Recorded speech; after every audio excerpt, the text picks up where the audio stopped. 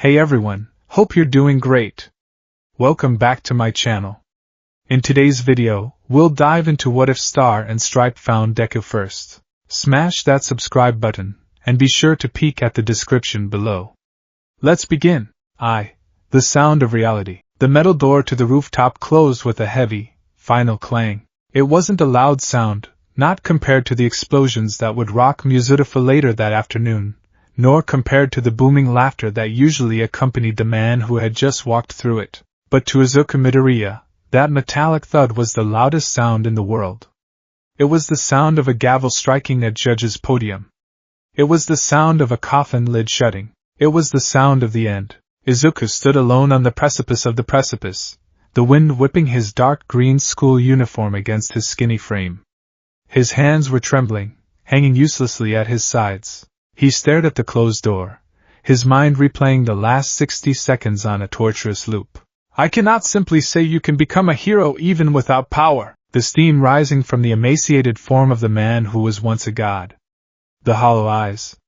The blood coughing from lips that had smiled on posters in Izuku's bedroom for 10 years. If you want to help others, there's always the police force.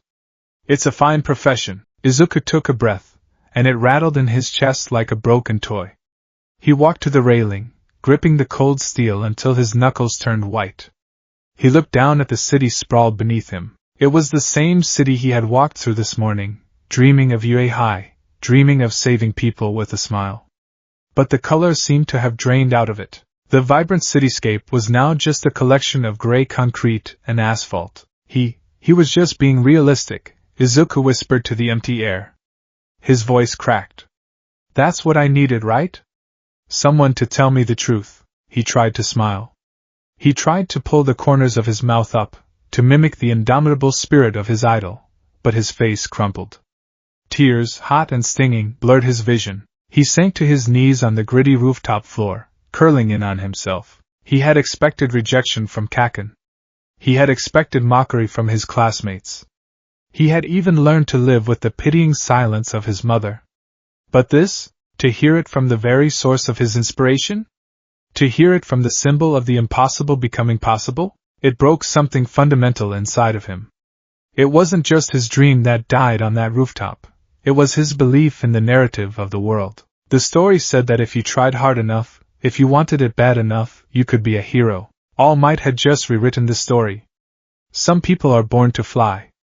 You were born to watch. Izuku didn't know how long he stayed there, weeping silently into his knees. Eventually, the sound of distant explosions snapped him out of his trance. He wiped his face with his sleeve, the fabric rough against his skin. He stood up, his legs feeling like lead, and walked to the stairwell. He had to go home. He had to take down the posters. He had to figure out how to live the rest of a life he didn't want. 2. The spectator. Walking home felt like wading through deep water. Izuku avoided the main streets, head down, eyes fixed on his red sneakers. But fate, it seemed, wasn't done twisting the knife. He turned a corner near the shopping district and saw the crowd. The police tape. The smoke billowing into the orange afternoon sky. A villain attack. Old habits died hard. Before his brain could catch up with his broken heart, his feet carried him toward the commotion. He pushed through the back of the crowd, finding a gap between two onlookers. It's a monster, someone whispered. He's got a hostage, another said. A middle schooler. Izuku froze. Through the haze of heat and smoke, he saw it. The sludge villain. The same suffocation he had felt earlier that day phantom gripped his throat. And there, struggling in the muck, was a head of familiar ash-blonde hair. Kaken. The explosions were coming from Katsuki Bakugo's palms, wild and desperate. The fires were spreading. The pro-heroes, Death Arms, Kamui Woods, and T-Lady, were standing back, helpless, waiting for someone with the right quirk to handle the situation. Izuku watched. He saw the terror in Bakugo's eyes. For a split second, that terror pierced through the sludge and locked onto Izuku. It was a plea, a silent scream for help from the boy who had tormented him for years. Izuku's foot twitched. His body tensed, the instinct to run, to save, flaring up like a dying ember. Forward. Go forward. But then, the voice returned. I cannot simply say you can become a hero even without power. The ember died. Izuku's foot planted back on the pavement. He didn't run. He stood paralyzed, his hands clutching the straps of his yellow backpack. I can't, he thought, the realization cold and absolute. I'm quirkless. I'll just get in the way. I'll make it worse. I'm not a hero. He watched as the sludge consumed Bakugo's mouth. He watched the light fade from his childhood friend's eyes. Smash! The shout was a thunderclap. A blur of movement tore through the crowd. All Might appeared, not in his buff form, but forcing it, pushing past his limit. He grabbed Bakugo, ripping him from the sludge with a force that generated a wind pressure so strong it extinguished the fires instantly. The crowd erupted in cheers. The villain was scattered. Bakugo was safe. Izuku stood amidst the cheering crowd, feeling colder than he ever had in his life. He hadn't moved. When it mattered most, when his friend was dying, he had done exactly what the world expected of a quirkless Deku. He had done nothing. He turned away before the police could start questioning witnesses. As he walked away from the scene, the cheers for All Might fading behind him, Izuku Midoriya realized he wasn't just quirkless. He was a coward. 3. The silence of the Midoriya household. 3 days passed. They were days of silence. Izuku went to school, kept his head down, and came home. He didn't write in his notebooks. In fact, he had taken Hero Analysis for the Future No. 13, the one All Might had signed, and shoved it into the deepest corner of his desk drawer, buried under old textbooks. He didn't speak to Bakugo. Bakugo, surprisingly, didn't speak to him either. The blonde seemed shaken by the incident, or perhaps he was just disgusted by the sight of Izuku. It didn't matter.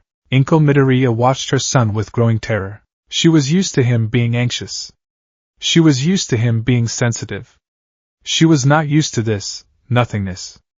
Izuku had stopped muttering at the TV during Hero News. He ate his katsudon mechanically, without savoring it.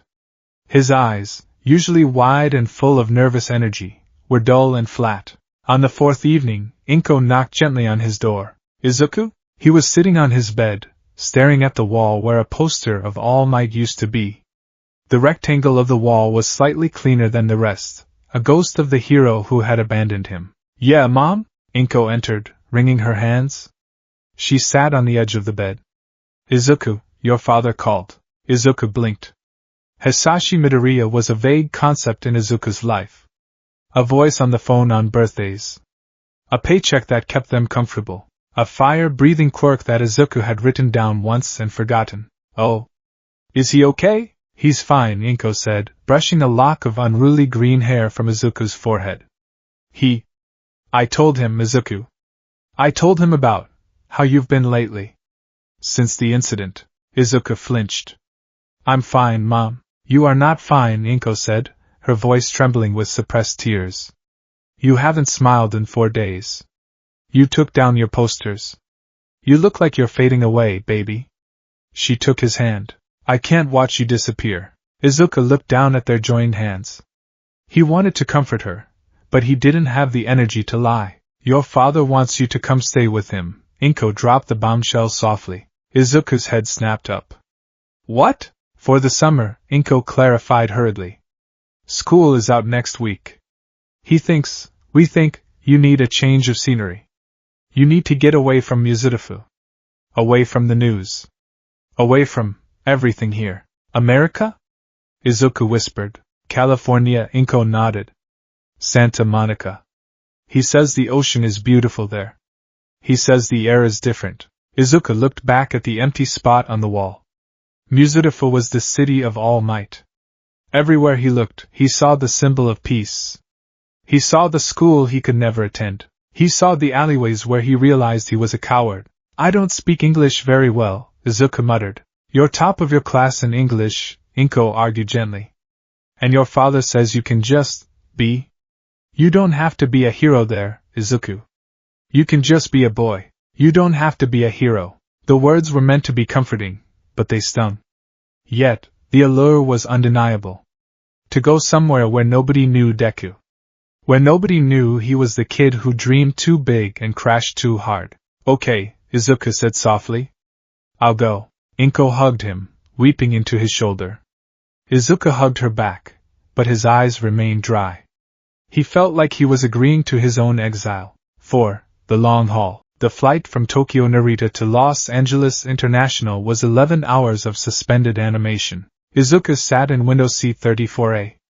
He watched Japan disappear beneath the clouds, a patchwork of greens and grays swallowed by the white abyss. He had packed light clothes, his toiletries, his phone. He had hesitated over his backpack. In the end, he had packed Hero Analysis number 13, not because he wanted to use it, but because he couldn't bear to throw it in the trash. It sat in his carry-on like a radioactive isotope, unseen but heavy. The in-flight entertainment offered a documentary, Global Heroics, The Rise of the American Metahuman. Izuku's finger hovered over the screen. Old Izuku would have watched it 3 times, taking notes on the differences between the Japanese licensing system and the American registration acts. New Izuku selected a romantic comedy. He stared at the screen for 2 hours without laughing once, then turned it off and watched the ocean. Somewhere over the Pacific, he fell into a fitful sleep. He dreamed he was on the rooftop again. But this time, All Might didn't deflate. He grew larger and larger, blocking out the sun, until Izuku was standing in permanent shadow. All Might opened his mouth, but instead of words, only sludge poured out, drowning Izuku in bitter, suffocating muck. He woke up gasping as the landing gear deployed. "Ladies and gentlemen, welcome to Los Angeles," the pilot announced. "Local time is 10 a.m. The temperature is a balmy 75 degrees. Izuku looked out the window. The sprawl of Los Angeles was immense, a grid of endless concrete bordering the vast, sparkling blue of the ocean. It looked nothing like the dense, vertical stacking of Japanese cities. It looked sprawling, messy, and bright. Too bright. Strangers in Santa Monica. Customs was a blur of anxiety and broken English, though Izuku managed better than he expected. When he stepped out into the arrivals hall, the air hit him. It didn't smell like jet fuel and city grime. It smelled of dry heat and distant salt. "Izuku!" He looked around and saw a man waving.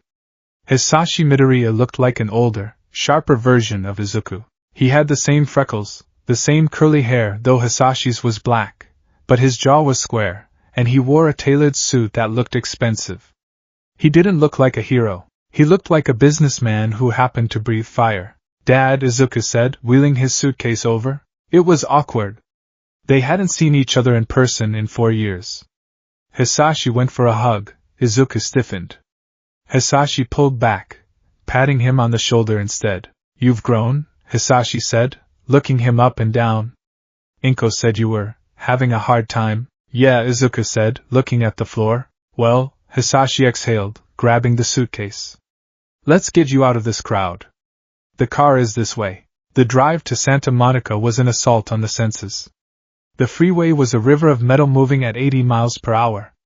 Billboards screamed advertisements for products Izuku didn't recognize. And the heroes. Izuku saw a hero flying parallel to the freeway, a man in a golden suit trailing sparkles. "That's Gold Rush," Hisashi noted, seeing Izuku look. Flashy type. More concerned with his merch sales than arrests. "America is different, Izuku. Heroism here is a business as much as a duty. It's the Hollywood influence." "Is it?" Izuku asked hollowly. "Yeah. In Japan, heroes are public servants. Here? They're celebrities with firepower. It's a bit chaotic, but it works for them." Hisashi glanced at his son.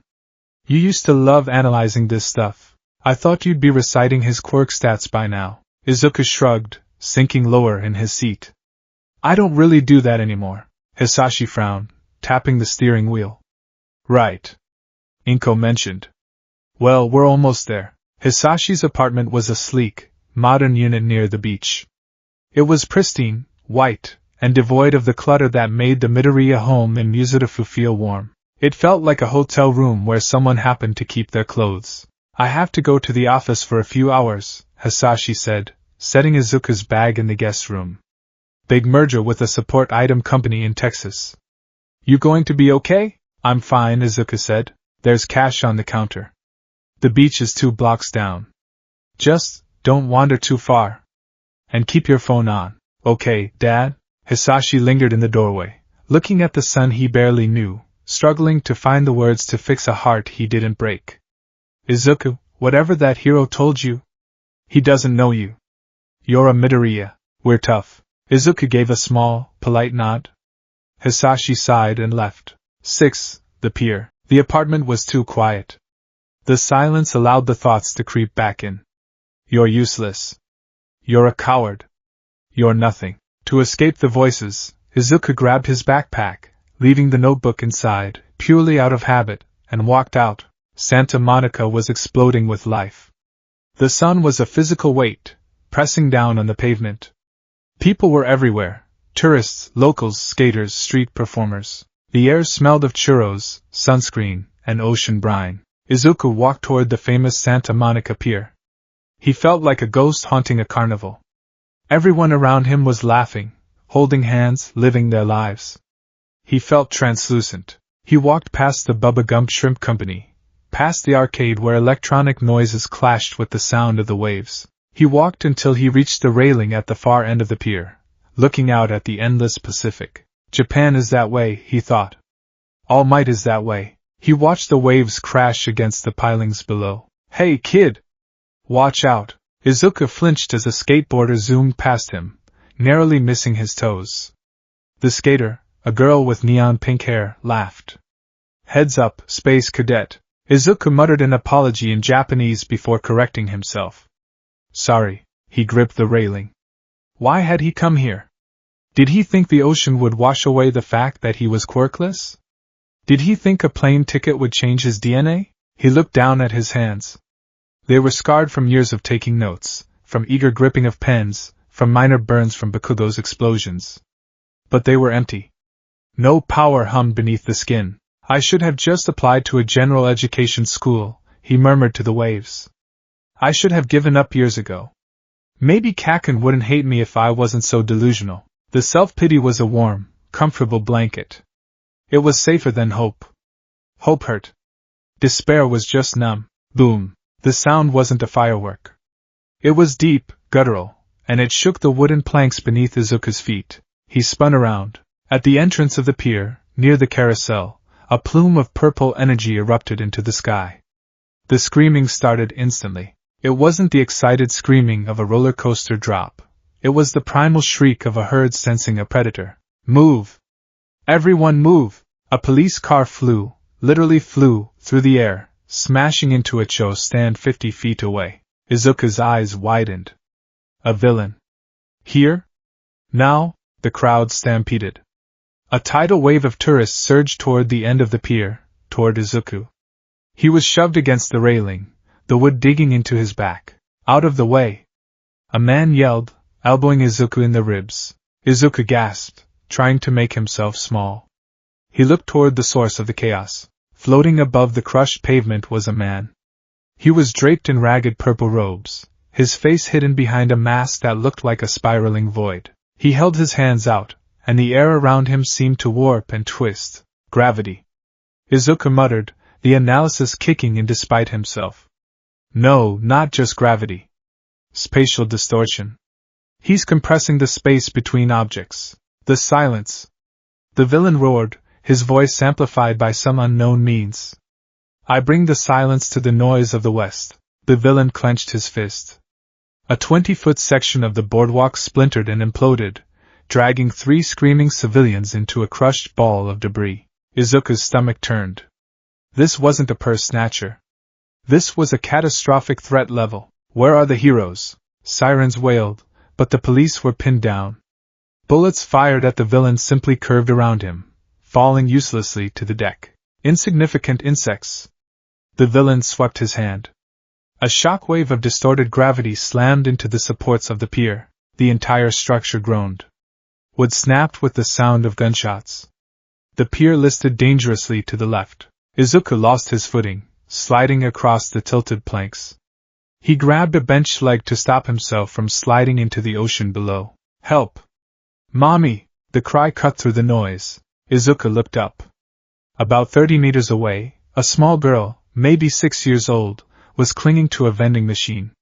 The floorboards around her were disintegrating, pulled into the villain's gravity well. Her mother was on the other side of the chasm, screaming, held back by strangers. The villain turned his masked gaze toward the girl. Too loud. He raised a hand. A sphere of purple energy began to form at his fingertips, aiming directly at the child. Time slowed down. Izuku looked at the heroes. Goldrush was there now, hovering at a safe distance, firing energy beams that were absorbed by the distortion. He was waiting for backup.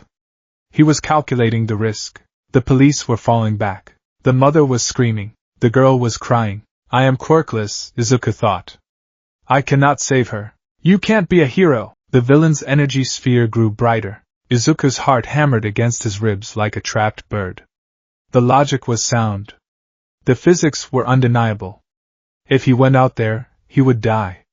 He had no durability, no super speed, no strength. He looked at the girl. She had blonde hair like Kaken. Izuku remembered the sludge villain. He remembered the feeling of freezing. The feeling of being a spectator to death. The shame that had followed him across the ocean. Am I going to watch again? The question wasn't about heroes or quirks anymore.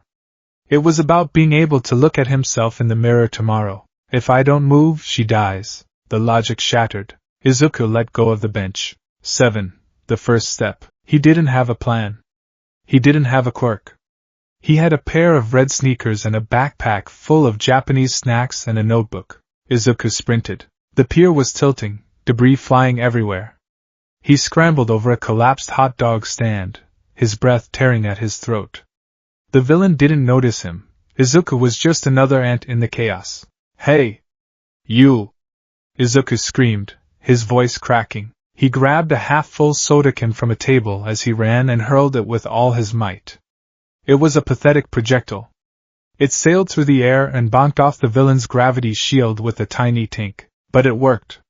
The villain turned his head. A gnat?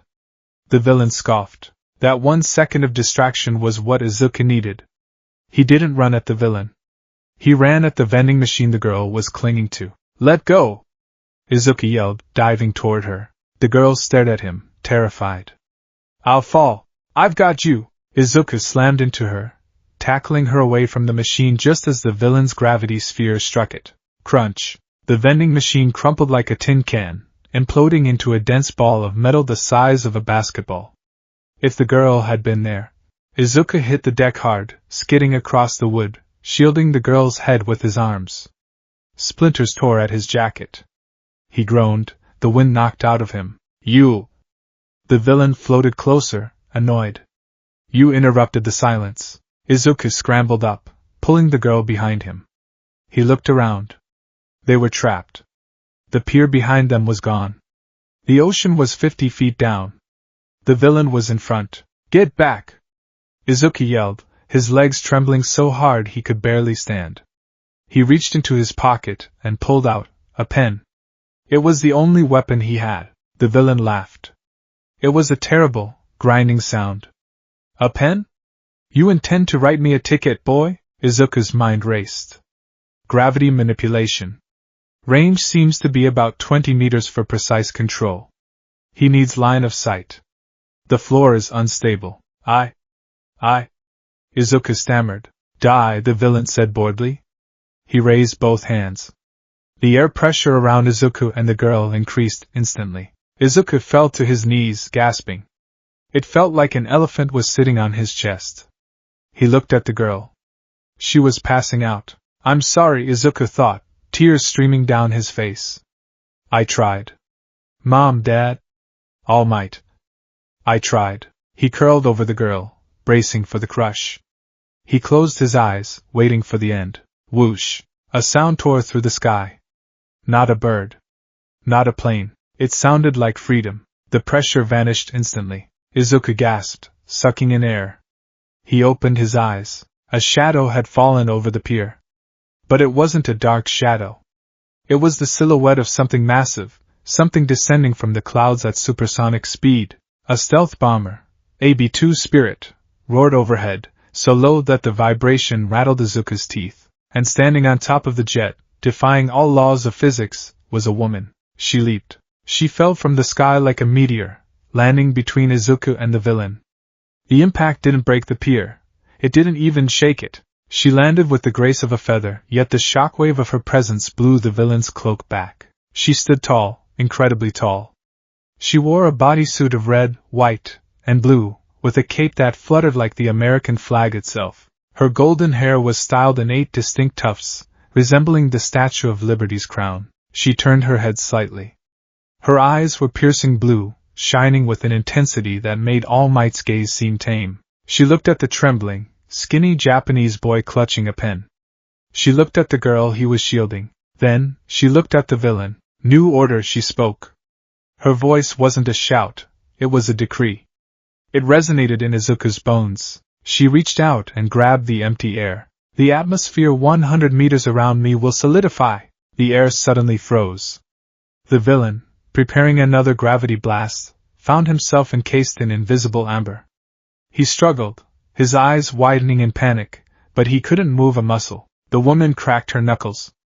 She walked toward the frozen villain, her boots clicking on the wood. "You're making a mess of my coast," she said, pulling back a fist that glowed with raw power. "And you scared the kids." Fist bumped to the earth. She punched the solidified air. The force transferred directly through the atmosphere, slamming into the villain with the force of a freight train. He was blasted backward, skipping across the water like a stone before crashing into the ocean a mile out. Silence returned to the pier. Izuku stared. His mouth was open. His pen clattered to the floor. The woman turned around. She tapped the air, and the invisible wall vanished. The wind returned. She walked over to Izuku. Up close, she was even more imposing. She was muscular, powerful, a titan of a woman. She loomed over him, hands on her hips. "That was reckless," she said, her voice stern. Izuku flinched. I know. I'm sorry. You jumped in with no quirk," she interrupted. She wasn't asking, she was stating a fact. She could tell. "You threw a soda can and tackled a hostage while a gravity warper was staring you down." Izuku looked at his feet. "I moved without thinking." The woman paused.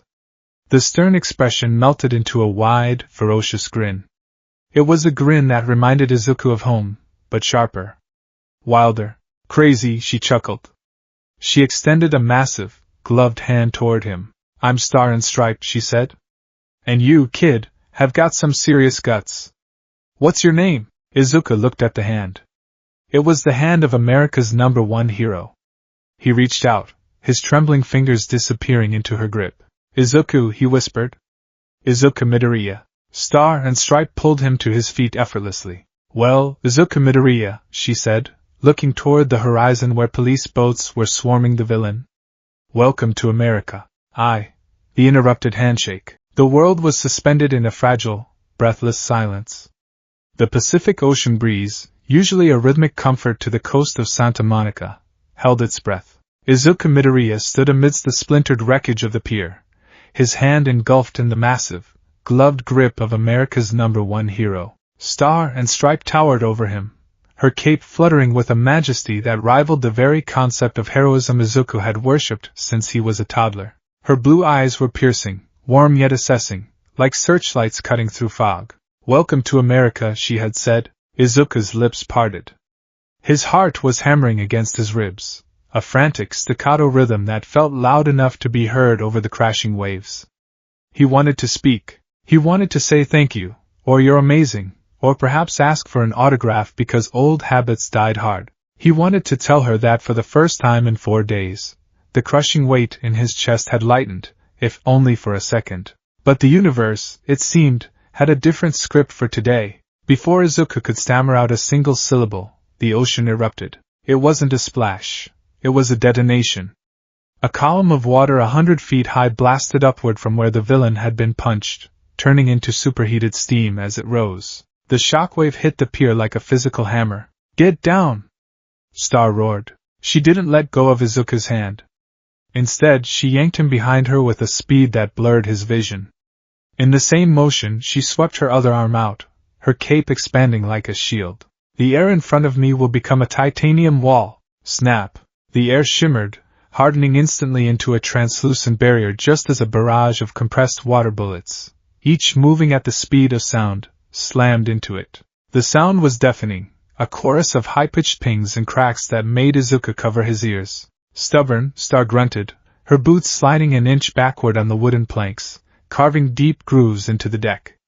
I thought I hit him hard enough to send him to Hawaii. The steam cleared, revealing the villain hovering above the churning surf. The man, whose purple robes were now tattered and sodden, looked less like a human and more like a tear in reality. The mask was cracked, revealing a bloodshot eye burning with hate. Star and Stripe, the villain hissed. His voice was amplified, echoing not from a mouth, but from the air itself. It vibrated in Izuku's teeth. The embodiment of American excess. You think a simple punch can silence the void?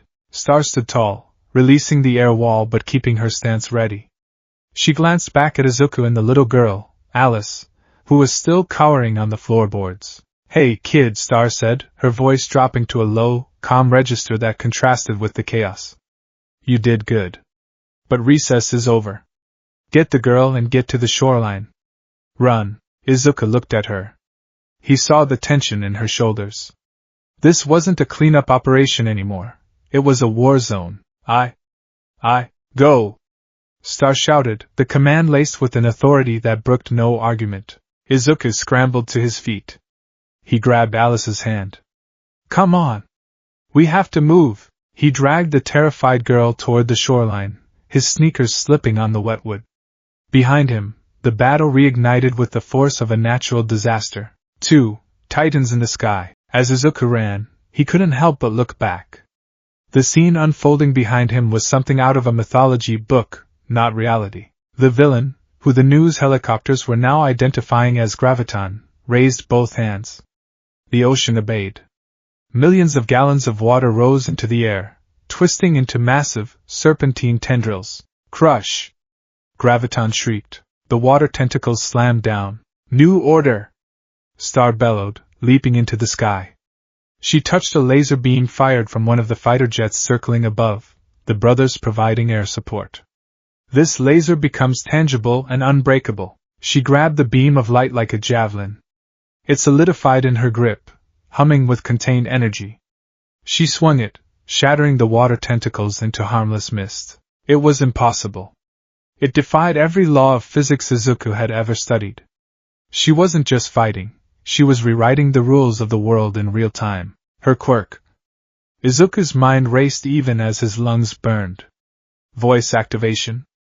Contact requirement. She imposes a rule on an object. But there's a limit.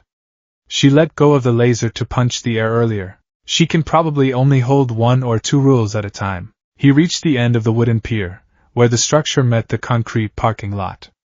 Police barricades were set up, officers with guns drawn, shouting at civilians to push back. Over here! An officer yelled, waving Izuku and Alice through a gap in the tape. Izuku shoved Alice toward a paramedic. She was almost crushed. Check her head. We got her, son, the paramedic said, pulling the girl onto a gurney. Izuku backed away, his chest heaving. He was safe. He was behind the line. He should turn around, find his dad's car, and go back to the silent apartment. He should hide. But he stopped. He turned back to the ocean. The fight was escalating. Graviton wasn't just manipulating water anymore. He was pulling at the structural integrity of the area. The pier groaned. The massive wooden pilings, encrusted with barnacles and decades of history, began to twist. You care so much for this monument of consumerism? Graviton laughed, floating higher. Then let it be your tomb. Graviton spread his arms. A purple sphere of distorted gravity expanded from his chest, encompassing the entire middle section of the pier, the section where the Ferris wheel and the roller coaster stood. There were still people on the ride. Izuku saw them. High up in the Ferris wheel baskets, tiny figures were screaming, waving their arms. The evacuation hadn't been fast enough. No. Izuku whispered. Graviton clenched his fist. Crack. The sound was sickening. The main supports of the pier snapped. The entire middle section, heavily laden with the amusement park rides, began to tilt. It was going to collapse into the ocean, taking dozens of trapped civilians with it. Star and Stripe saw it too. She was midair, winding up a punch to strike Graviton. She froze. If she hit him, the pier would fall. If she saved the pier, she would leave herself open. Damn it! Star cursed.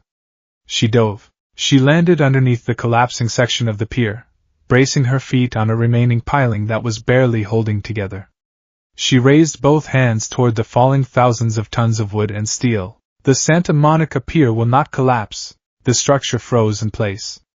It defied gravity, hovering at a sickening 45-degree angle. Gotcha, Star grunted, sweat breaking out on her forehead. Foolish!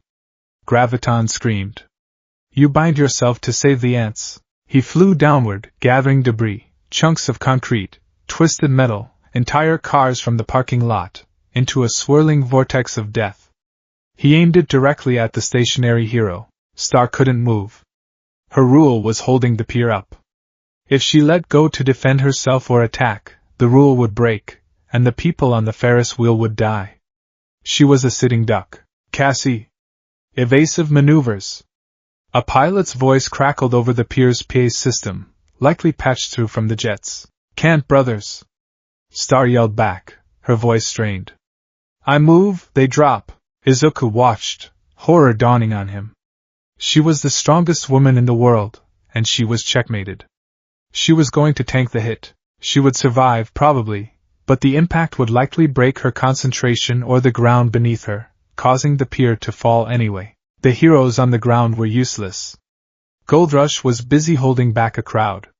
The police were firing pistols at a man who controlled gravity. Think, Izuku told himself. He grabbed his head. Think. The problem was the pier. It was too heavy. It had lost its structural support. Star was acting as the column. She needs a replacement. Izuku's eyes scanned the chaos.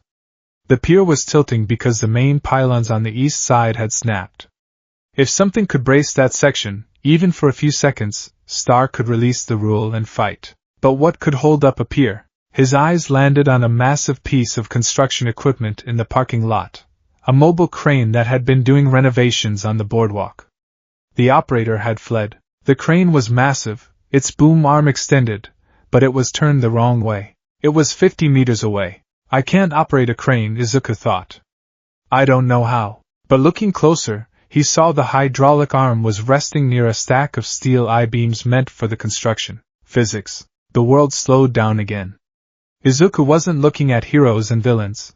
He was looking at a diagram in a textbook. The pier is a Class 2 lever system right now. The fulcrum is the remaining piling. The load is the Ferris wheel. Star is the effort. If he could jam a wedge into the fracture point, creating a static brace, it wouldn't hold forever, but it would shift the load distribution. He saw a loose steel I-beam, about 10 feet long, lying on the edge of the parking lot, knocked loose by the earlier shockwave. It was heavy. Far too heavy for a boy. But the pier was tilting toward the concrete embankment. The gap between the sinking wood and the solid concrete edge was narrowing. If something was wedged in there, Izuku looked at the I-beam. Then he looked at Star, who was gritting her teeth as Graviton prepared to fire his debris cannon. Move! Izuku broke the police line again. 3. The fulcrum. Hey! Kid! Stop! Izuku ignored the shouting officer. He sprinted toward the I-beam. It was heavy steel, thick and rusted. Under normal circumstances, he couldn't lift it, but he didn't need to lift it. He needed to slide it. He reached the beam. The ground was slick with oil and water. He grabbed the end of the beam, digging his fingers into the grit. Come on! He screamed, pulling. His muscles burned. His shoulders popped. The beam groaned, scraping against the asphalt. It moved an inch. Then 2. He needed to get it to the edge, about 5 feet away, and kick it over so it jammed between the concrete wall and the sinking pier structure. Reag! Izuku put his entire body weight into it, driving his legs like pistons. He channeled every ounce of frustration, every tear he had shed on that rooftop in Japan, every moment of weakness. I am not useless. He shoved the beam. It slid to the edge. Gravity took over. The beam tipped over the lip of the concrete embankment. It fell perfectly into the narrowing V-shaped gap between the concrete sea-wall and the main support beam of the sinking pier. Clang! Metal met wood and concrete. The beam wedged tight. Star! Izuku screamed at the top of his lungs, pointing at the beam. Release the rule. It's braced. Star and Stripe, straining under the weight of the structure, heard the high-pitched scream. She glanced down. She saw the makeshift wedge. She saw the boy, veins bulging in his neck, pointing frantically. Her tactical mind processed it in a microsecond. The wedge wouldn't hold for long, maybe 10 seconds before the wood splintered around it. But 10 seconds was an eternity for New Order. Trusting you, kid! Star grinned wildly. She released her hands. The rule is lifted, the pier groaned. It dropped 6 inches.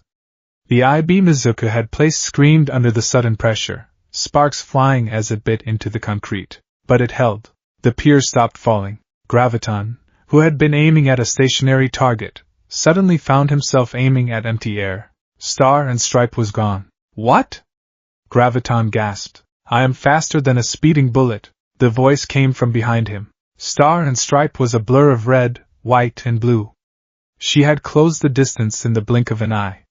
She wasn't holding back to protect the pier anymore.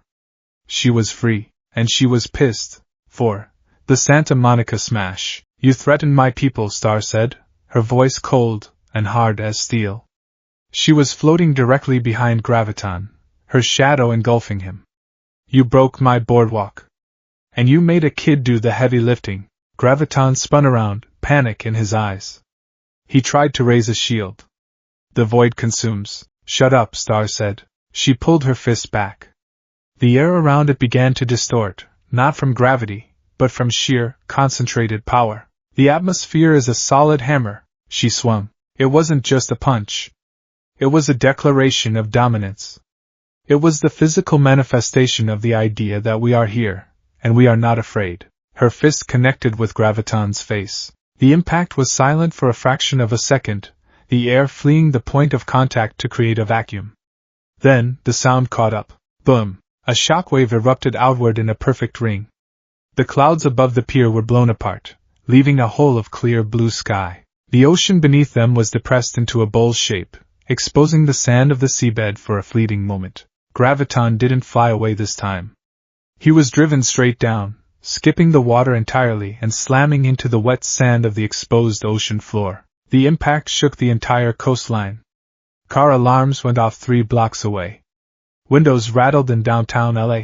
Star hovered in the air, her fist still extended, steam rising from her knuckles. Santa Monica smash, she whispered. The water rushed back in, filling the crater, burying the unconscious villain under 10 feet of surf. It was over. The aftermath. The silence that followed was heavy, broken only by the groaning of the damaged pier. The I-beam Izuku had placed finally gave way with a screech of metal, and the pier settled awkwardly onto the sandbar below, now only a few feet drop rather than a catastrophic collapse into deep water. The people on the Ferris wheel cheered. It was a ragged, terrified sound, but it was alive. Izuku collapsed. His legs gave out, and he sat hard on the asphalt of the parking lot. His hands were shaking violently. His fingers were raw and bleeding from dragging the steel beam. His heart felt like it was going to explode. He stared at his hands. I did something. I didn't just watch. Shadows fell over him. He looked up to see police officers surrounding him, looking confused and slightly hostile. Hey kid, one officer said, hand on his holster. You crossed the line. That was dangerous. You interfered with a crime scene. I was just... Izuku stammered, shrinking back. The high of the moment was crashing down into the reality of his position. He was a foreign national, a minor, acting without a license. He's right, another officer said. You could have gotten killed. Or gotten someone else killed. What were you thinking? Izuku bowed his head. I'm sorry. Step back, boys. The officers froze. They looked up, and their expressions shifted from annoyance to awe. Star and Stripe landed on the asphalt. She didn't land softly this time. She landed with a heavy thud that demanded attention. She walked through the circle of police, who parted like the Red Sea. She stopped in front of Izuku. She looked massive. Up close, without the chaos of battle, Izuku could see the sweat on her skin, the scuffs on her costume. She smelled like ozone and expensive American cologne. She looked down at him. Izuku flinched, expecting a lecture. He expected to hear what All Might had told him. It's too dangerous. You have no power. Star crouched down. She was still a head taller than him even while squatting. Let me see your hands, she said. Izuku hesitantly held them out. They were scraped, bloody, and trembling. Star took them gently in her own massive, gloved hands. She examined the raw skin. Then she looked at the I-beam lying twisted in the gap. You calculated that, she said. It wasn't a question. You saw the vector. You saw the load bearing. You knew I was stuck. I like physics, Izuku squeaked. And hero analysis. And you have a strength quirk? She asked, eyeing his skinny arms. Telekinesis? Izuku pulled his hands back, clutching them to his chest. The shame burned his face. No. I'm quirkless. The word hung in the air. The police officers exchanged glances. A quirkless kid running into a villain fight? That was suicide. Star and Stripe stared at him. She stared for a long, uncomfortable time. Then, she started to laugh. It was a boisterous, hearty laugh that shook her shoulders. Izuku looked up, terrified. Was she mocking him? Quirkless, she wheezed, wiping a tear from her eye. No kidding? You dragged 300 pounds of steel with nothing but adrenaline and panic? She stood up, placing a hand on her hip. She looked at the police officers. Officers, give us a minute. I need to debrief the civilian. But ma'am, the lead officer started. He's a minor. I said give us a minute, Star said, her smile not reaching her eyes as she looked at the cop. The officer gulped and backed away, taking his squad with him. Star turned back to Izuku. Her face was serious now, the laughter gone. Kid, she said softly. Why did you run in? The first time, with the girl. And the second time, with the beam. You knew you could die. You knew you had no power to stop him. Izuku looked at the ground. He thought about the sludge villain. He thought about Bakugo's eyes. Because... Izuku choked out. Because legs moved on their own. I couldn't just stand there and watch them die. I didn't want to be a spectator anymore. He waited for the reprimand.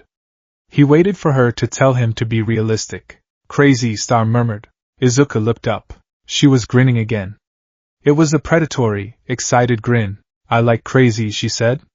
She reached into a pouch on her utility belt and pulled out a small card. She flicked it toward him. Izuku caught it. It was a business card. It was black with a gold star in the center. Star and Stripe Agency Satellite Office, Santa Monica. You got a name, kid? Besides Izuku Midoriya? She asked. Deku, Izuku whispered. Everyone calls me Deku. Deku, she rolled the word around in her mouth, pronouncing it with a heavy American accent so it sounded less like useless and more like Deku. Sounds like a call sign. She turned around, her cape flaring. Get those hands patched up, Deku. Be at that address tomorrow at 0800 hours. Don't be late. W what? Izuku stammered, scrambling to his feet. Why? What for? Star looked back over her shoulder. The sun was setting behind her, framing her in golden light. You saved my bacon back there, kid. You acted when the pros froze. You got a brain in that head of yours that works faster than my pilot's. She pointed a finger at him. You want to be a hero, don't you? Izuku's breath hitched. More than anything. Good, Star and Stripe said. Because I'm not looking for sidekicks. I've got plenty of those. I'm looking for someone who can think. You passed the audition. Audition? Boot camp starts tomorrow, she said, tapping the side of her head. Bring your notebook. We've got work to do. With a sudden burst of air pressure, she launched herself into the sky, soaring toward the waiting fighter jets. Izuku stood alone in the parking lot, the business card clutching in his bloody hand. The pain in his fingers was throbbing, his body was exhausted, and he was covered in grime. But as he watched the jet trails fade into the twilight, Izuku Midoriya realized something. He was smiling. For the first time since the doctor told him he was quirkless at age 4, a hero had looked at him and seen something other than a liability. She had seen a hero. Okay, Izuku whispered to the empty air. He squeezed the card. Okay. 6. The statement. 2 hours later, Hisashi Midoriya burst into the Santa Monica police precinct. Izuku, He found his son sitting on a bench in the waiting area, his hands bandaged, drinking a juice box. Izuku looked tired, small, and incredibly dirty. "Dad," Izuku said, standing up. Hisashi ran over and hugged him. It was a fierce, trembling hug. "I saw the news. The pier. They said a Japanese boy was involved. I thought. God, Izuku, are you okay?" "I'm okay, Dad," Izuku said, his voice muffled against his father's suit. "I'm sorry I worried you." Hisashi pulled back, gripping Izuku's shoulders. "What were you thinking? You could have been killed. Why did you go near the villain?" Izuku looked at his father. He saw the fear in his eyes. It was the same fear his mother always had. But this time, Izuku didn't feel guilty for causing it. He felt resolved.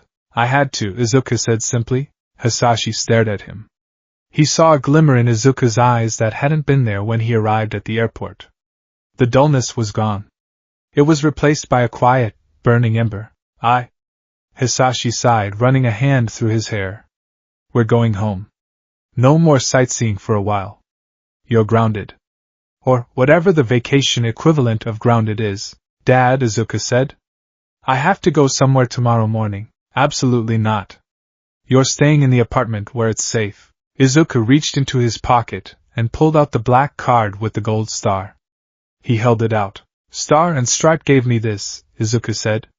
"She wants me to come to her agency." Hisashi froze. He looked at the card, then at his son. "Kathleen Bate gave you this? The #1 hero?" "Yes." Hisashi took the card. He inspected it like it was an alien artifact. He looked at Izuku. "Why?" she said. Izuku paused, a small smile touching his lips. "She said she likes crazy." Hisashi looked at the card, then back at Izuku. He saw the bruises, the bandages, the dirt. But he also saw the way Izuku was standing. He wasn't slouching. He wasn't hiding. Hisashi Midoriya breathed out a long plume of smoke, a small manifestation of his own quirk caused by stress. "Star and Stripe," Hisashi muttered. "If she's involved, well, it's the safest place in the country, I suppose." He handed the card back. "Wash your face, Izuku. We'll talk about it over dinner." "Thanks, Dad." As they walked out of the precinct, the TV in the lobby was replaying the footage of the battle. It showed the blurry image of a small boy dragging a massive steel beam. The Chirin read, "Mystery Hero Saves the Pier?" Izuku didn't look at the screen. He was looking at the notebook in his backpack.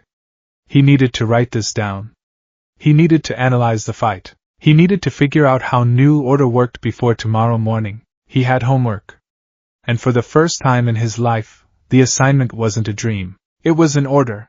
The Fortress of Solitude, American style. The address on the black business card didn't lead to a gleaming glass skyscraper in downtown Los Angeles, nor did it lead to a polite suburban agency like the ones Izuku Midoriya was used to seeing on the news in Mizurufu. It led to a chain-link fence topped with razor wire, surrounding a massive expanse of concrete, and hangars that smelled of jet fuel and heated asphalt. Santa Monica Air Reserve Base, Sector 7. Izuku stood at the security checkpoint, his yellow backpack looking comically out of place against the backdrop of drab olive military trucks and armed sentries. The California sun was beating down on him, a relentless heat that made the asphalt shimmer. His hands, still heavily bandaged from the pier incident the day before, clutched the straps of his bag until his knuckles turned white. "State your business," the guard at the gate said. He was wearing mirrored sunglasses and held an assault rifle with practiced ease. He didn't look like a hero's sidekick. He looked like a soldier. Izuku stammered, his English failing him for a second under the pressure. He fumbled in his pocket and produced the black card with the gold star. "I was told to come here. By Star and Stripe." The guard took the card. He looked at it, then looked at the scrawny Japanese teenager in the oversized t-shirt. He lowered his sunglasses, revealing eyes that were skeptical but resigned. "You're the kid from the news," the guard grunted. "The pier incident." "Why, yes, sir." The guard pressed a button on his radio. "Command, this is Gate 3. I got a Deku here. Says he has an appointment with the boss." There was a crackle of static, and then a voice that sounded like gravel in a blender replied. "Copy that. Send the package to Hangar 1. Tell him not to touch anything that looks expensive. Or explosive, or both. The gate buzzed open. Follow the yellow line, the guard said, handing the card back. Don't wander off. The guard dogs have quirks. Izuku swallowed hard. Thank you, he walked. The base was enormous. Fighter jets roared overhead, practicing maneuvers that shook the ground. Mechanics were welding plating onto what looked like a tank. It was a world away from the polished, media-friendly hero industry of Japan. There were no mascots here. There were no colorful signs. This was the industrial complex of heroism. He reached Hangar 1. The doors were open, revealing a cavernous space dominated by a massive, sleek black aircraft. The stealth bomber Izuku had seen yesterday. But it wasn't just a plane. It was a mobile command center. Under the wing of the bomber, a group of men were gathered around a whiteboard. They were all massive, wearing flight suits with sleeves rolled up, revealing arms covered in tattoos and grease. And in the center of them, bench pressing what appeared to be the engine block of a Humvee, was Star and Stripe. 98, 99, 100. She locked her arms out, the massive steel engine hovering above her chest like a toy. She slammed it back onto the custom rack with a clang that echoed through the hangar. Too light, she announced, sitting up and wiping sweat from her forehead with a towel. Agpar, add another plate next time. Boss, we're running out of spare parts, one of the men laughed. He had a thick mustache and wore a headset around his neck. Use the tank next time. Star laughed, a booming sound, and stood up. She was wearing a simple gray tank top and fatigue pants, but she still looked more heroic than anyone Izuku had ever seen. Her muscles rippled with a functional, terrifying power. She turned and saw Izuku standing in the sunlight of the doorway, looking like a deer caught in the headlights of a semi-truck. Well, look who showed up, Star grinned, tossing the towel to the mustached man. Right on time. 0800 hours. The pilots, the brothers, as Izuku recalled from the news, turned to look at him. There were 5 of them. They looked at Izuku with a mix of curiosity and amusement. This is the kid? One of them asked. Looks like a stiff breeze would knock him over. This is the kid who held up the pier, Star corrected, walking over. She loomed over Izuku, casting a long shadow. Welcome to the Lion's Den, Deku. You bring the goods? Izuku nodded frantically. He unzipped his backpack and pulled out a notebook. It wasn't his old one. The burnt number 13 was safe in his room. This was a new one he had bought at the airport gift shop. Hero Analysis, USA Edition Volume 1. I wrote down everything I saw yesterday, Izuku said, his voice trembling slightly. About the villain. And about you. Star raised an eyebrow. She snatched the notebook from his hands. Let's see if you're as smart as you think you are. 2. The analysis. The hangar went quiet as Star flipped through the pages. Izuku held his breath. He had spent the entire night awake, replaying the battle in his head, dissecting every frame of the news footage on his phone. Star stopped on a page. She read it silently. Then she read it again. Agpar, she said, not looking up. Come look at this. The mustached pilot walked over. He peered at the notebook. His eyes widened. What is this chicken scratch? Agpar asked. Japanese? It's Japanese, Star said. But look at the diagrams. She turned the book around so the pilots could see. Izuku had drawn a detailed schematic of the pier collapse, calculating the fulcrum point, the load distribution, and the exact angle of the I-beam he had inserted. But below that, he had drawn Star. There were notes, scribbled in English, which Izuku was surprisingly good at writing, thanks to years of hero fanning. Subject, New Order. Observation 1, Vocal Command Required. Must speak the name of the target. Observation 2, Touch Required. Physical contact initiates the rule. Observation 3, Limit of 2 rules active at once.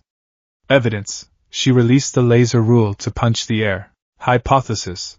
The quirk interacts with the user's perception of identity.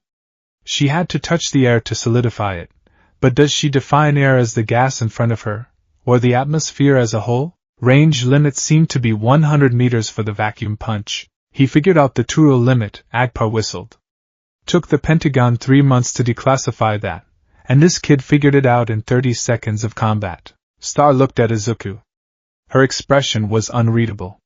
You deduced the identity perception rule? I guessed, Izuku squeaked, playing with his bandaged fingers. When you grabbed the laser, you called it laser. But a laser is just light. You can't touch light, so your quirk must rely on what you believe the object is, not necessarily what it is physically. And when you punched the villain, you said atmosphere. If you had just said air, it might have been too vague. So you have to be specific about the definition. Star closed the notebook with a snap. She looked at her pilots. See? She said, a smirk tugging at her lips. I told you. He's not just a fanboy. He's a processor. She handed the notebook back to Izuku. You're right, kid. New Order is omnipotent on paper, but it's got rules. Strict rules. If I don't know the name of something, I can't change it. If I can't touch it, I can't rule it. And if I have 2 rules active, I'm maxed out. I'm a glass cannon with a god complex. You're not a glass cannon, Izuku blurted out. You're invincible. No, Star said sharply. The playfulness vanished. She crouched down so she was eye level with him. Nobody is invincible. Not even him. Izuku froze. He knew who him was. That's why you're here, Star said. She stood up and walked toward a table covered in maps and tactical gear. Come here. Izuku followed.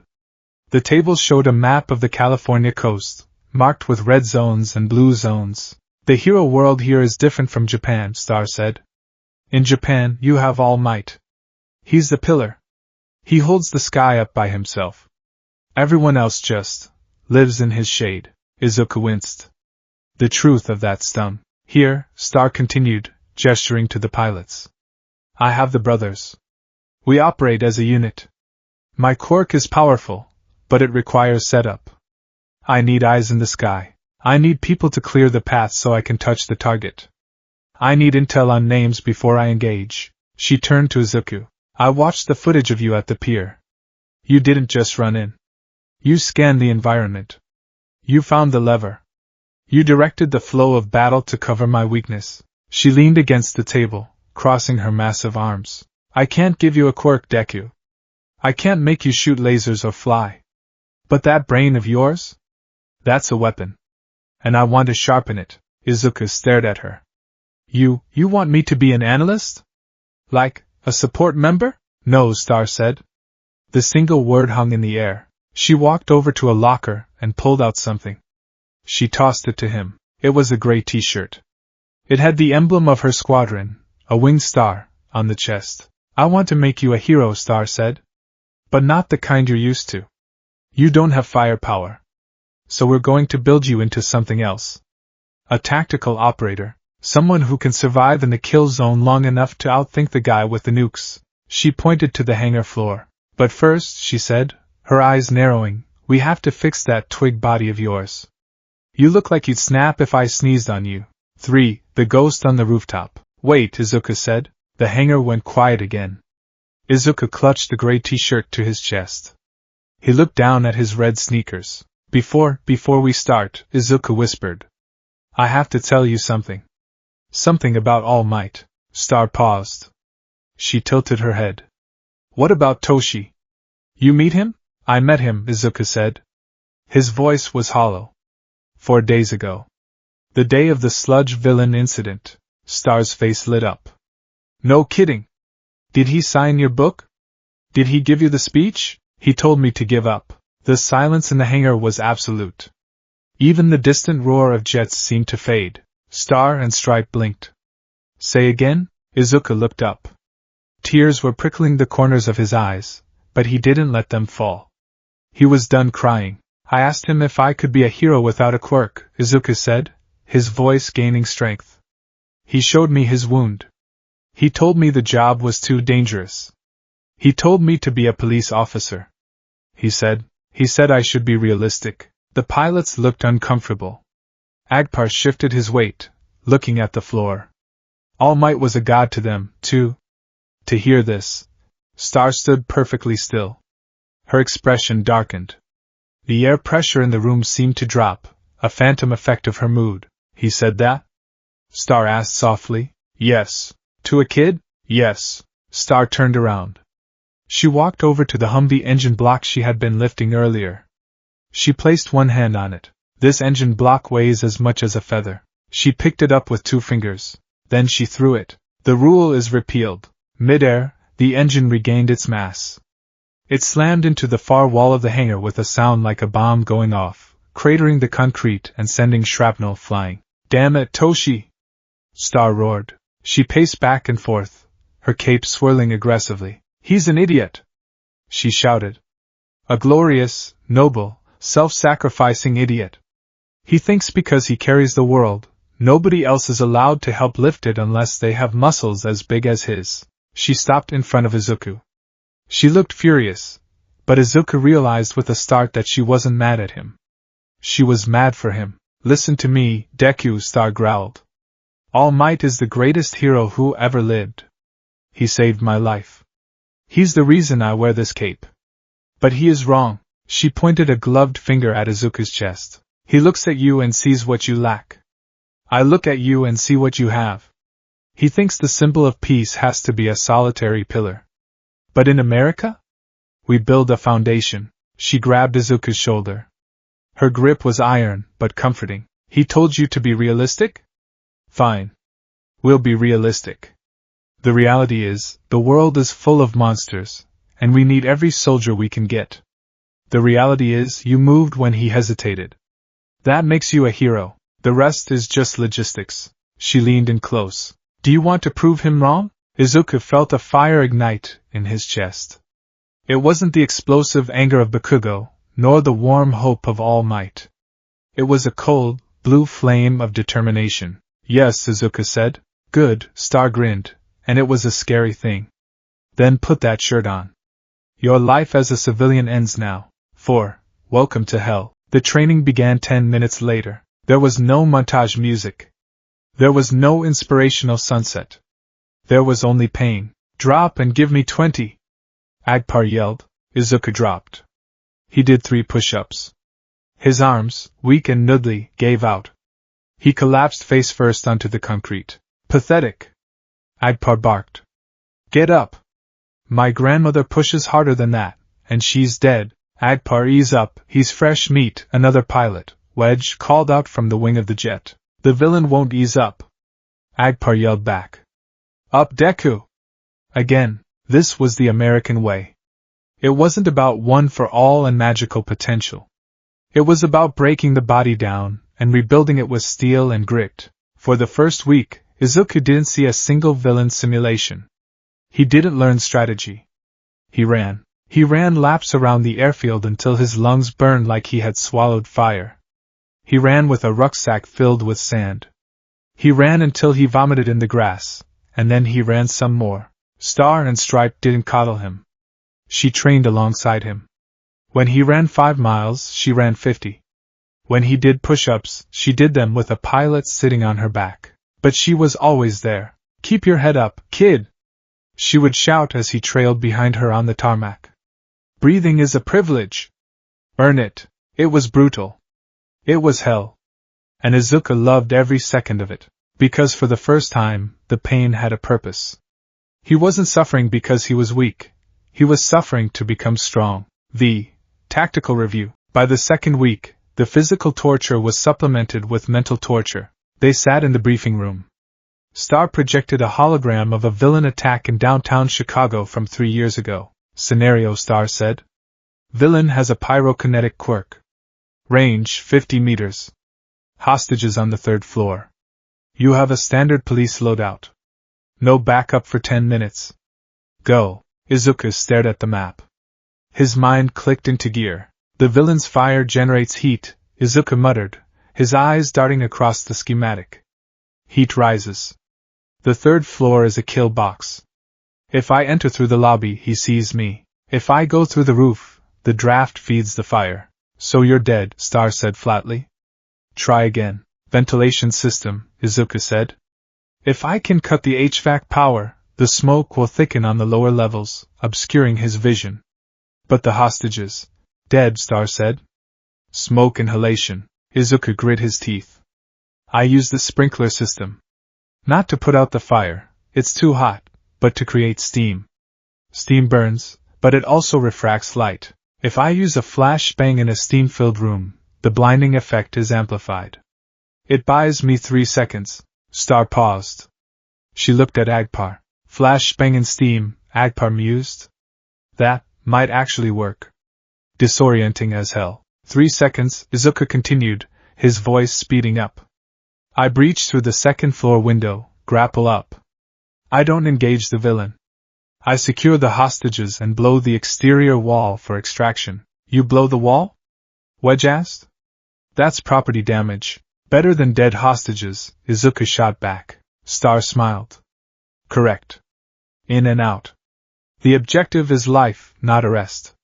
Good job, Deku. She tossed him a protein bar. He caught it. His reflexes were getting better. Next scenario, she said. Aquatic villain. Sewer system. You're blind. Go. 6.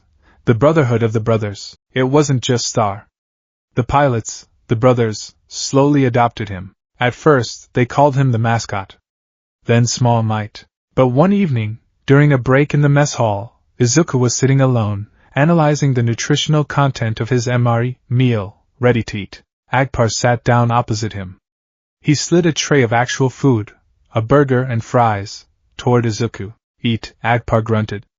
You're burning 4,000 calories a day. That packet of space dust isn't gonna cut it. Thanks, Agpar-sen, Izuku said, eyeing the burger hungrily. Just Agpar. We don't do honorifics here. The pilot took a bite of his own burger. So, kid? You really have no quirk? No, Izuku said, the old shame trying to creep in. Crazy, Agpar said. You know, I don't have a combat quirk either. My quirk is 20/20ths. I just have really, really good eyesight. That's it. Can't shoot lasers. Can't lift cars. Izuku looked up, surprised. Really? But you fly with Star and Stripe. I fly the jet, Agpar corrected. The jet shoots the missiles. The jet flies at Mach 2. I just point it. He leaned in. That's what Star is trying to teach you, kid. You don't need to be the missile. You can be the guidance system. Or you can be the guy holding the remote. A quirk is just a tool. If you don't have one built in, you grab a wrench. Or a gun. Or a jet. He pointed a fry at Izuku. You're not broken, Greenie. You're just unarmed. So we're arming you. Izuku felt a lump in his throat. He took a bite of the burger. It tasted like grease and salt and victory. Thank you, Agpar. Don't thank me. Just don't puke on my boots tomorrow during the obstacle course. 7. The first spar. Week 4. Izuku looked different. The baby fat was melting away, replaced by lean, wiry muscle. His skin was tan from the California sun. He stood straighter. He stood in the center of the training ring, a padded mat in the corner of the hangar. Opposite him was Star and Stripe. All right, Star said, cracking her neck. No quirks. Hand to hand. Rules are simple. If you touch my belt, you win. If I pin you, you lose. Izuku swallowed. She was a foot taller than him, and outweighed him by 100 pounds of pure muscle. Even without new order, she was a tank. Ready? Ready, Izuku said, raising his fist in the guard stance Wedge had taught him. Fight. Star didn't rush. She walked forward, like a closing wall. Izuku circled, looking for an opening. There were none. She threw a jab. It was slow, telegraphed intentionally. Izuku dodged left. Too slow. Star yelled, sweeping his leg. Izuku hit the mat hard. Again. They went again. And again. And again. Izuku was thrown, slammed, and tripped. He was covered in bruises. Stop thinking like a hero! Star shouted as she put him in a headlock. Heroes pose. Heroes announce their attacks. You are a survivor. Fight dirty. Izuku tapped out. He gasped for air. Fight dirty. They reset. Star lunged. This time, Izuku didn't dodge. He dropped to his knees. Star's fist sailed over his head. Izuku grabbed a handful of the loose chalk dust from the bucket near the corner of the ring, meant for grip, and threw it upward. It wasn't a powerful attack. It was a distraction. A cloud of white dust hit Star in the face. Gah! Star blinked, coughing. For 1 second, she was blind. Izuku didn't punch her. He scrambled forward on his hands and knees, diving for her waist. His fingers grazed the leather of her utility belt. Then, a hand the size of a catcher's mitt grabbed the back of his shirt. Star hoisted him into the air like a kitten. Her face was covered in white powder, her eyes tearing up, but she was smiling. Pocket sand? She laughed. Classic. She dropped him. You touched the belt, she noted. Barely. But you touched it. She wiped her eyes. That was dirty. That was underhanded. That was completely unheroic. She patted his head, leaving a cloud of chalk dust in his green hair. I'm so proud. 8. The call to adventure. The summer was moving fast. Izuku had been in America for a month. He sat on the wing of the stealth bomber, watching the sunset over the Pacific. His body ached, but it was a good ache. He was reading his notebook. Volume 1 was nearly full. Star climbed up onto the wing and sat next to him. The metal groaned slightly under her weight. You're getting faster, she said. Agpar says you beat his time on the disassembly drill. Only by 2 seconds, Izuku said modestly. 2 seconds is the difference between life and death, Star said. She looked out at the ocean. You miss home? Sometimes, Izuku admitted. I miss my mom. I miss the food. You miss the dream? Izuku looked at her. I'm living the dream. I'm training with the #1 hero. Yeah, but you're training in the shadows, Star said. You know you can't be a pro hero in Japan without a quirk. The law is strict. I know, Izuku said quietly. I haven't figured that part out yet. Maybe I'll stay here. Maybe I can be a consultant, or Star said, reaching into her pocket. We changed the game. She pulled out a tablet. On the screen was a news report from Japan. UA high school entrance exams, 6 months away. You want to go to UA, don't you? Star asked. It's impossible, Izuku said. Even with all this training, the robot exam. I can't destroy a robot with my bare hands. Not yet, Star said. But we have time. And we have technology. And we have something else. She looked him in the eye. We have the element of surprise. Japan expects All Might's clones. They expect quirks that go boom. They aren't ready for a kid who knows how to take apart the robot's wiring while it's trying to step on him. She stood up on the wing, silhouetted against the stars. We're going to turn you into a weapon, Izuku Midoriya. A weapon that doesn't need magic to win. And when you go back there?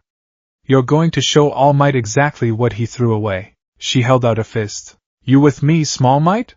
Izuku stood up. He bumped his small, scarred fist against hers. I'm with you, Star. Good, she grinned. Because tomorrow, we start with explosives. Explosives? Boom, she whispered. The soldier in the mirror. The alarm clock on the bedside table didn't buzz. It didn't beep. It didn't play a cheerful pop song. It clicked. At 4:55 a.m., 5 minutes before the set time, Izuku Midoriya's eyes snapped open. He didn't groan. He didn't hit snooze. He rolled out of bed, his feet hitting the cold floorboards of the Santa Monica apartment with a silent, practiced precision. The room was dark, illuminated only by the faint orange glow of the streetlights filtering through the blinds. But Izuku knew exactly where everything was. He moved to the small desk in the corner. The burned notebook, Hero Analysis number 13, sat there like a relic of a past life. Next to it was a stack of new notebooks, black, hardcover, military-grade field journals. They were filled not with doodles of costumes, but with diagrams of structural weak points, chemical reaction formulas for improvised smoke bombs, and engagement radiuses for common emitter quirks. Izuku stripped off his sleeping shirt and walked to the mirror attached to the closet door. He paused. The boy staring back at him was still Izuku Midoriya. He still had the unruly green curls that refused to be tamed. He still had the constellation of freckles across his cheeks. But the canvas they were painted on had changed. A month of American military conditioning had stripped away the softness. The twig that Bakugo used to mock was gone. In its place was wire and corded steel. His shoulders were broader, his chest defined. His hands were calloused, the skin rough from gripping ropes, pull-up bars, and the jagged edges of the Santa Monica coastline during amphibious drills. He flexed his hand. Scars from the pier incident, faint white lines across his palms, were visible. Standard loadout, he whispered to his reflection. His voice was deeper, less prone to the squeak of anxiety. Check. He dressed quickly. Cargo pants with reinforced knees. A moisture-wicking undershirt. A gray hoodie with the sleeves cut off, displaying the tan lines he'd acquired from spending 8 hours a day on the tarmac. He walked into the kitchen. Hisashi Midoriya was already there, sipping coffee and reading a report on his tablet. The smell of burnt toast and high-grade caffeine filled the air. "Morning, Dad," Izuku said, opening the fridge. Hisashi looked up over his reading glasses. He watched his son grab 6 eggs, crack them one-handed into a glass, whisk them with a fork, and down the raw mixture in 3 gulps. "You know," Hisashi said, grimacing slightly, "cooking them kills the salmonella? And tastes better." "Cooking takes 5 minutes," Izuku replied, wiping his mouth. "Digestion takes 3 hours. I need the protein synthesis to start before PT." Hisashi sighed, putting his tablet down. "You sound like her." "Kathleen." "Star," Izuku corrected automatically. "She says time is the only resource you can't synthesize." Hisashi looked at his son with a mixture of pride and profound worry. In just 4 weeks, Izuku had transformed. He wasn't the depressed, hollow shell that had arrived at LAX. He was focused. Intense. But there was a hardness to him now that Hisashi hadn't expected. "Just be careful today, Izuku," Hisashi said softly. "I know you're training, but I'm always careful, Dad," Izuku said, grabbing an apple and heading for the door. He stopped with his hand on the knob. "Being careful is rule number 1. If you die, you can't save anyone." He opened the door. "See you tonight." The door clicked shut. Hisashi stared at the empty space. "That's not what I meant," he whispered to his coffee. 2. The Kill House. The Kill House at the Santa Monica Air Reserve Base was a labyrinth of plywood, concrete, and shifting walls designed to simulate urban combat environments. It was where SWAT teams came to train. It was where special forces came to break. For Izuku, it was Tuesday. "Target is mobile." Agpar's voice boomed over the PA system. "Quirk classification emitter. Pyrokinetic. High aggression. 2 hostages. Breach and clear, Greenie." Izuku stood at the entrance to the structure.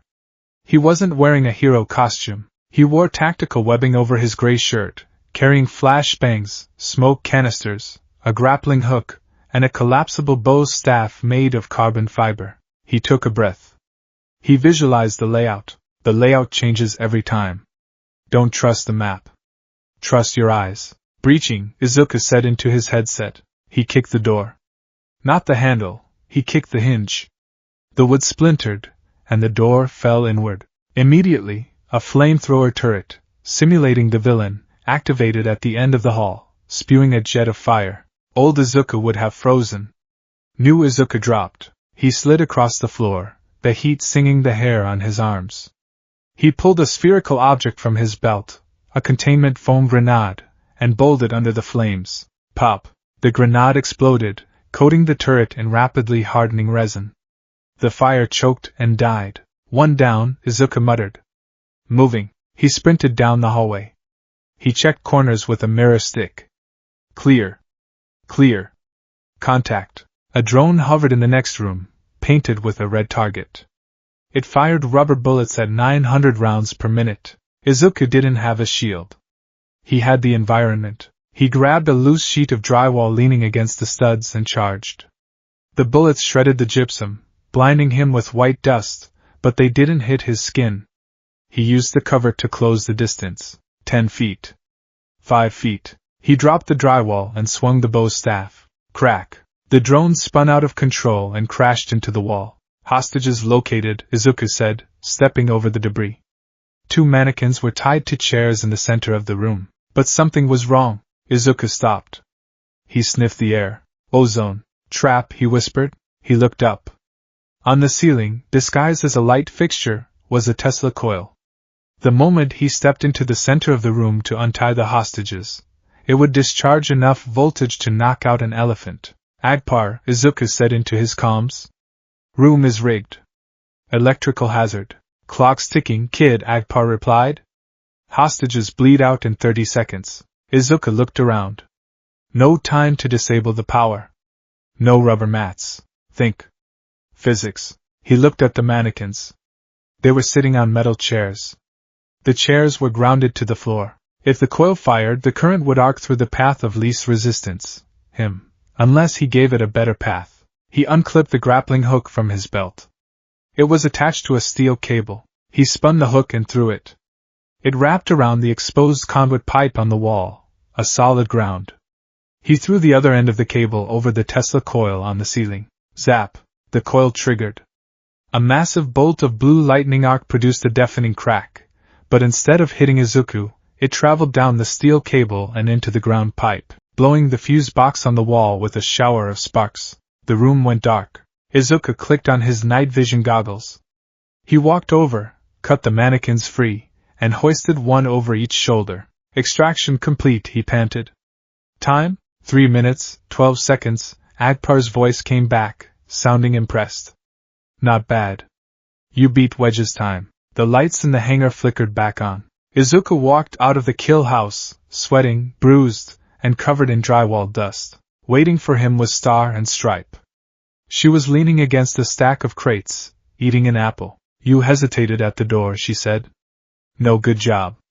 Just critique. I was checking for tripwires, Izuku defended, wiping sweat from his eyes. You spent 2 seconds checking. In a real fight, a villain with a sensory quirk would have heard your heartbeat through the door and fried you. She tossed him a water bottle. But the ground wire trick? That was clever. Risky. If you missed the throw, you'd be toast. I calculated the arc, Izuku said, uncapping the water. The path of least resistance needed to be the wire, not me. It was the only way to save the hostages without tripping the sensor. Star grinned. It was the expression that always made Izuku's chest swell with pride. You're learning, Deku. You're starting to see the world not as a hero, but as an engineer of victory. She pushed off the crates. Go shower. We have a briefing at 1400. And bring your nerd books. I want to show you something. 3. The Vault of Heroes. The briefing didn't take place in the command center. It took place in Star and Stripe's private office, deep within the hangar complex. Izuku had never been inside before. He expected it to be Spartan military. Maybe a flag on the wall and a gun rack. When the door opened, his jaw hit the floor. It was a shrine, but not a shrine to herself. The walls were covered in posters. Vintage posters. Japanese posters. All Might, the Golden Age. All Might, debut in Los Angeles. All Might, the 1000th smash. There were figures in glass cases. Limited edition Silver Age action figures that Izuku had only seen on eBay for thousands of dollars. There was a signed piece of rubble from the Tokyo Tower incident. You. Izuku stared, clutching his notebook. You have the All Might Young Age limited edition bobblehead? The one with the misprinted cape? Star walked behind her desk, which was made from the wing of a downed fighter jet. She chuckled. Cost me a month's salary and a favor from a hero in Osaka. But yeah. It's the crown jewel. She sat down, gesturing for Izuku to sit. We have a lot in common, kid, she said, her voice softer than usual.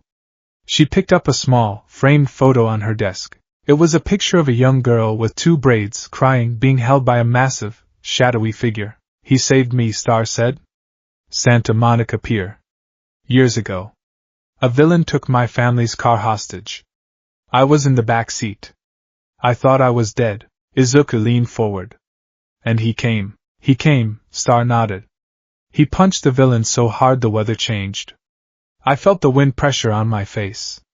And in that moment I knew. I knew what power was. And I knew I wanted to use mine like that. She looked at Izuku. But you studied him differently.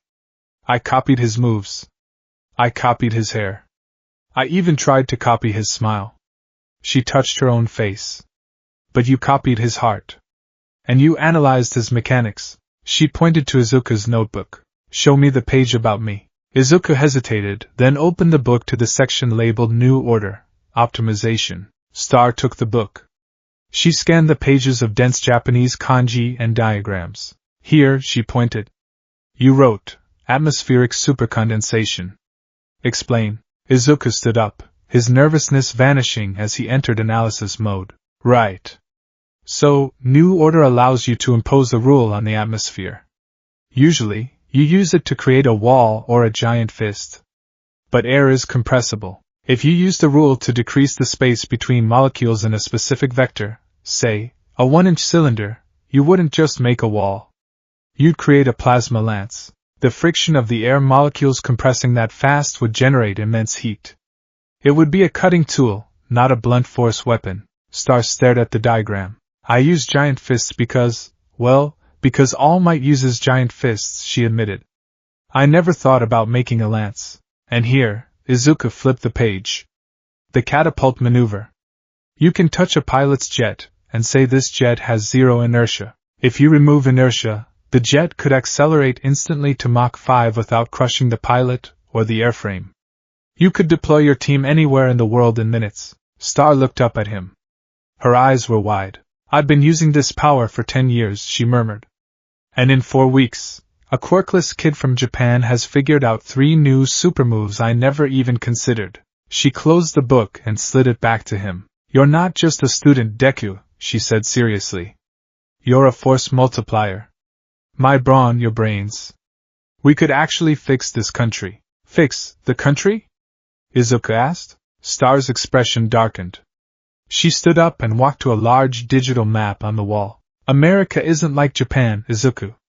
Japan has peace because All Might scares the darkness away. Here, the darkness fights back. We have villains who aren't just criminals, they're armies. Organizations. She tapped a red zone on the map near San Francisco. There's a new group rising. They call themselves the Void.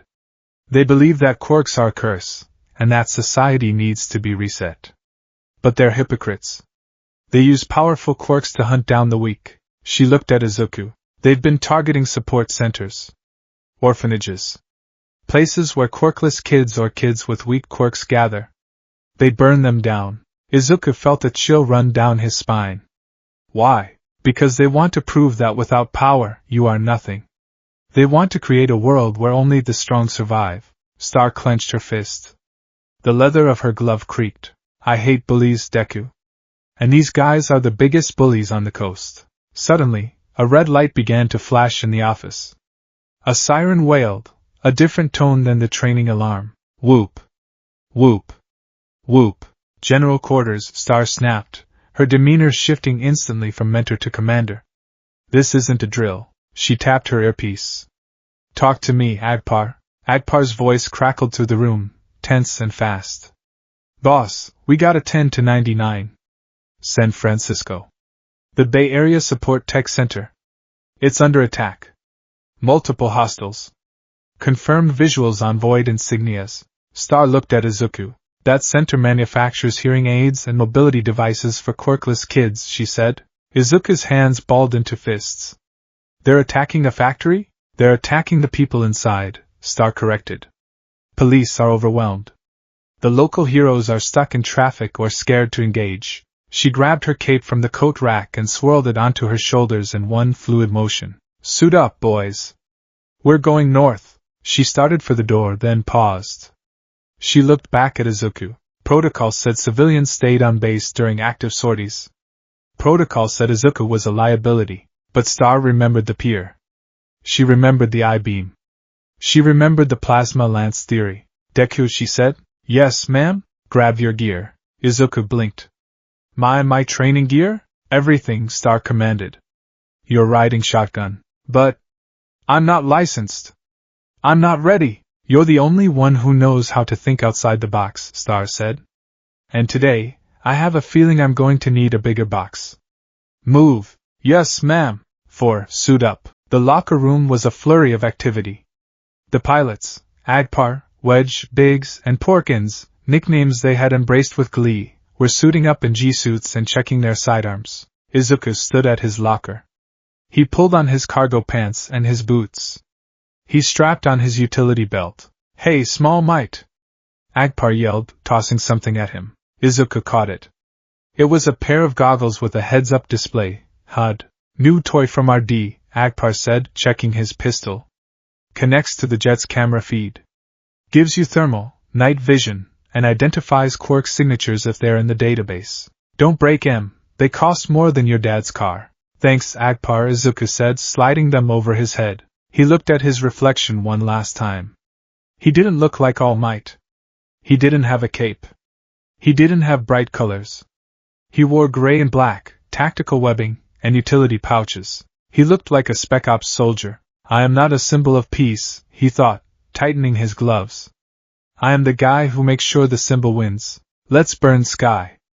Wedge shouted. They ran to the hangar. The engines of the stealth bomber, nicknamed the Freedom Bird, were already spooling up, a high-pitched whine that vibrated in Izuku's chest. Star and Stripe was already standing on the top fuselage.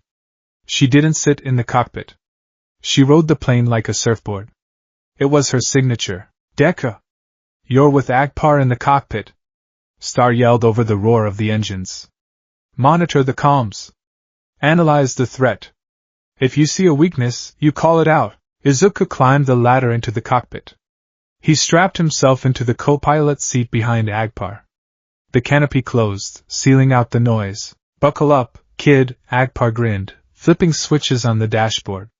This isn't Delta Airlines. Ready, Izuku said, his voice shaking only slightly. Tower, this is Star 1, Agpar radioed. Requesting immediate takeoff.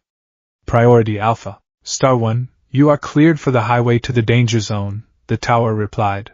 The jets flared blue. The G-force slammed Izuku into his seat. In seconds they were airborne, tearing through the clouds at Mach 2 towards San Francisco. The drop zone. The flight took 20 minutes.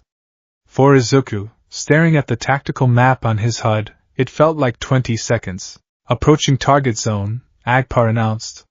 Visual confirmation on smoke. Izuku looked out the canopy. Below them, the beautiful bay of San Francisco was marred by a column of black smoke rising from the industrial district. Zooming in, Izuku said, tapping his goggles. The HUD magnified the image. The support center was a large, 4-story brick building. It was surrounded. I count 12 hostiles, Izuku said, relaying the info to Star, who was outside on the roof. 3 with mutation quirks, heavy strength types. 1 with an emitter, looks like he's shooting acid. Police barricade is broken. Civilian status? Star's voice came over the comms, clear despite the wind noise. Trapped on the roof, Izuku reported. I see kids. Maybe 20 of them. The fire is spreading to the lower floors. All right, listen up, Star commanded. I'm going to drop and secure the perimeter. Brothers, provide air cover. Keep the streets clear. Do not engage the building, it's structurally compromised. What about me? Izuku asked. You stay in the bird, Deku, Star said. You are my eyes. Find the leader. These grunts are just noise. Someone is organizing them. Find the conductor. Roger that, Izuku said. Dropping in 3, 2, 1. Star and Stripe leaped from the jet at 5,000 feet. She didn't use a parachute. The air below me is a trampoline. She plummeted, hitting an invisible cushion of air 50 feet above the ground, rebounding slightly, and then landing in the middle of the street with a shockwave that shattered windows. Freeze! Star roared. The villains turned. Seeing the number 1 hero, most of them flinched. It's Star! One yelled. Open fire! Acid bullets and rocks flew toward her. All projectile attacks will reflect. The bullets stopped in midair, turned around, and shot back at the shooter's feet. The villain scrambled, diving for cover. Agpar, bring us around, Izuku said, his eyes glued to the monitors. I need a view of the back alley. Copy. Agpar banked the jet, circling the building. Izuku scanned the heat signatures. The front was chaos. Star was mopping the floor with the thugs. But the back. There was a van parked in the loading dock. And there were 3 figures moving crates into the van. That's not right, Izuku muttered. If they're here to destroy the center, why are they loading cargo? He zoomed in. The crates were marked with the hazard symbol for quirk suppressant prototype. They aren't terrorists, Izuku realized. They're thieves. The attack is a distraction, and then he saw him. Standing by the van was a man in a sleek black suit. He wasn't fighting. He was watching a tablet. He wore a helmet that completely obscured his face, smooth and featureless like a mirror. I found him, Izuku said into the comms. Rear loading dock. Man in the mirror helmet. He's supervising a theft. Star, they're stealing prototypes. I'm a little busy, Deku. Star shouted. She was currently holding a bus that had been thrown at her. Can the brothers interdict? Negative, Agpar said. Narrow alleyway. If I fire a missile, I'll bring the building down on the kids. Izuku unbuckled his harness. Agpar, Izuku said. Open the canopy. Agpar turned around.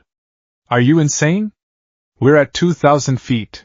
I have a grappling line, Izuku said, grabbing his pack. And I have the element of surprise.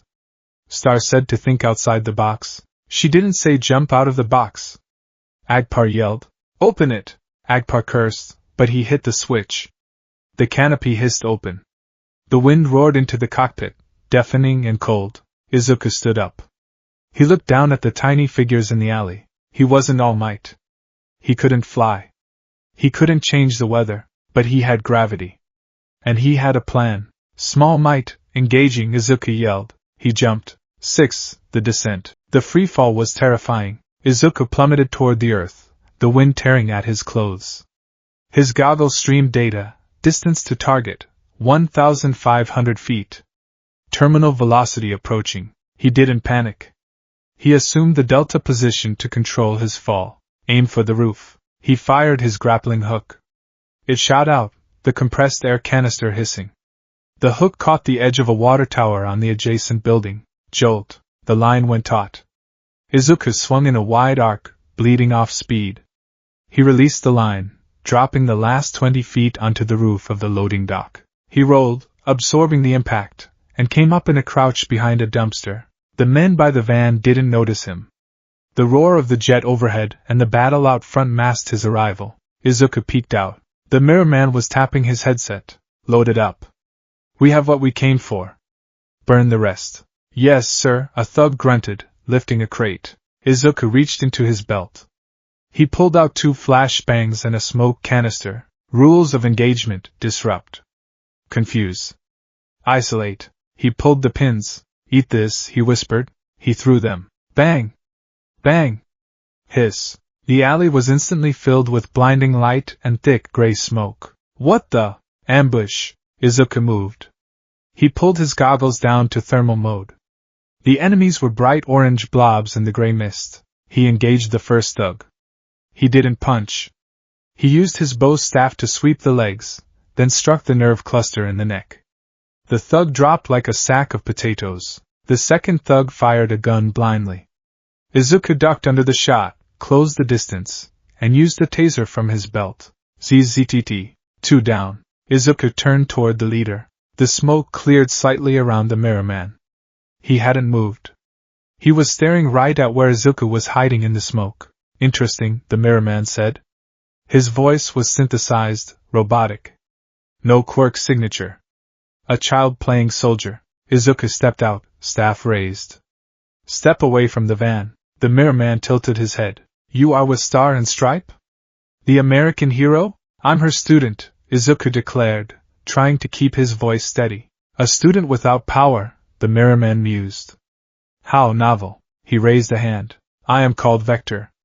And I'm afraid school is out. Vector snapped his fingers. Suddenly, the dumpster next to Izuku, weighing 2 tons, slid sideways as if pushed by a giant invisible hand. It slammed into Izuku. Gah! Izuku was pinned against the brick wall. The metal crushed into his ribs. He gasped, pain flaring white-hot. Did you think smoke would stop me? Vector asked, walking closer. I can feel the vectors of every object in motion. Including you. He reached out. Now, let's see how well you break. Izuku struggled, but the dumpster wouldn't budge. He reached for his comms. Star! Contact! Rear alley!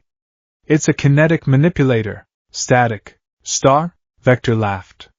He held up a small device. Jamming field. Standard procedure. He stood over Izuku.